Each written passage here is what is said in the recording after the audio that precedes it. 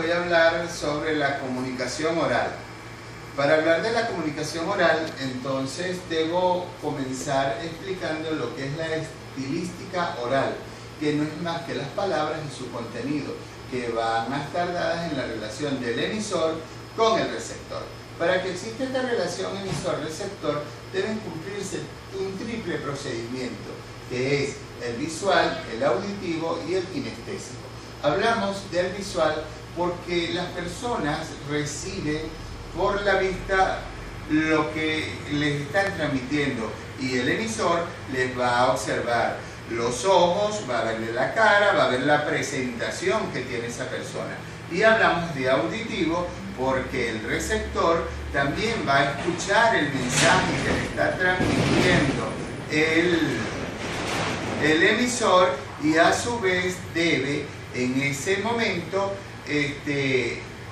captar el tono de voz, ya que si nos están hablando en un tono de voz muy elevado, el mensaje que nos quieran dar lo que nos va a molestar o no nos va a parecer agradable. Y el kinestésico se guía siempre por las emociones, los gestos que observa en el receptor, y el emisor también va a verse allí las emociones. Y unas cualidades que se deben dar en esta estilística oral, que es claridad, coherencia y concisión. Se dice que hay claridad cuando se utiliza un lenguaje adecuado, que llegue el mensaje a la mente del receptor. Y una concisión porque se deben usar palabras concisas a la idea que se quiera transmitir. Y la coherencia es que deben estar expresadas en una forma lógica, que no existan contradicciones. También hay unos factores de importancia en la comunicación oral, como es la voz, la dicción y la respiración. Cuando nosotros hablamos de la voz, es la voz que utiliza la persona o el emisor, en este caso, para dirigirse a la persona a quien va a ir. Si habla muy bajo no le vamos a entender, y si habla muy fuerte tampoco se le va a captar el mensaje que quiera transmitir. La respiración.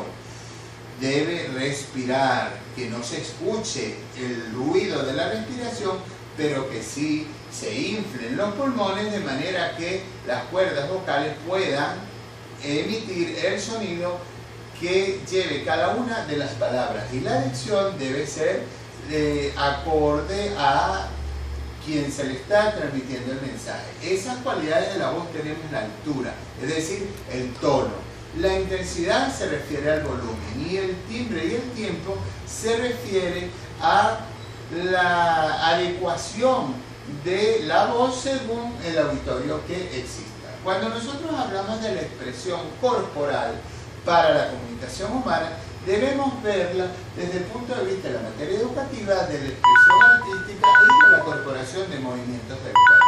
¿Qué nos quiere decir cuando nosotros hablamos de la materia educativa? El docente se prepara en sus clases para transmitir un mensaje a sus estudiantes, y en esa materia educativa él debe ir con ideas claras, precisas, concisas, que tenga una claridad en lo que él va a transmitirle a ese estudiante, que el estudiante, a medida que usted le va explicando como docente, puede utilizar también métodos de laboratorio, debe utilizar experimentos, puede utilizar juegos para que capte el mensaje con mayor facilidad a aquel estudiante. Y cuando nos referimos a la expresión artística, igualmente el artista debe, en los guiones, en la presentación que quiere hacer ante un auditorio, utilizar un lenguaje adecuado, prepararse, que su presencia sea agradable, que su tono de voz sea captado por aquella persona. Y en el movimiento del cuerpo, imaginemos una persona rígida, conversando con un soldado cuando está delante de un superior.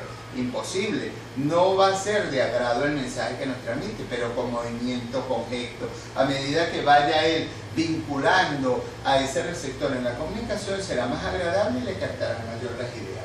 El lenguaje hablado se caracteriza por una importancia, que es saber actuar, saber dirigirse, saber llegar a esa persona que está recibiendo el mensaje. Dominio del tema. Lamentablemente, si no dominamos el tema por el cual nosotros queremos hablar, por muchas palabras que utilicemos, no va a agarrar la idea del receptor, porque vamos a caer en una repetición de palabras. y la enseñanza total en conjunto. ¿A qué se refiere esta enseñanza total en conjunto? Cuando nosotros vamos y vemos los niños en la escuela, le dan lenguaje, matemática, biología, por separado. Pero se dice que en biología, como en lenguaje, como ya ellos saben hablar, no necesitamos explicarle lo que es el lenguaje oral, porque en las otras materias lo van a hacer y vamos a darle solo el escrito. Debería estar en conjunto esa enseñanza, de manera que él domine aquel trauma cuando se va a dirigir a público, aquel miedo escénico que afecta mucho al estudiante. Ahora vamos a ver desde el punto de vista de la administración de justicia en lenguaje oral. Desde hace unas cuantas décadas, la justicia venezolana ha implementado los juicios orales. ¿Por qué? Porque se dice que el abogado es verbalizador. ¿Qué quiere decir que es verbalizador?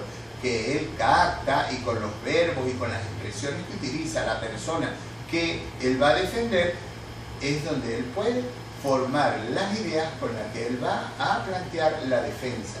Tenemos que desarrollar una inteligencia auditiva, muy cierto, porque a través de lo que esté escuchando, del cliente, de la persona que vaya a defender o que vaya a acusar, es donde él va a hacer su argumento legal para proceder. Tenemos que los actos procesales deben ejecutarse en presencia del juzgador y las partes, y la exigencia de la presencia de todos los que intervienen. ¿Qué quiere decir esto? Que en el juicio oral va a estar presente el juez, el fiscal, el defensor, los expertos, los peritos, los imputados y las víctimas, y todos van a intervenir, todos van a hacer uso del lenguaje oral, que nos llevará al final a una virtud que es economía del tiempo y proximidad en el espacio, ya que si vamos a hacerlo oral, vamos a ahorrar tiempo antes de estar pasando escritos que llegó el otro que lo contestaron. No, ya va a ser oral.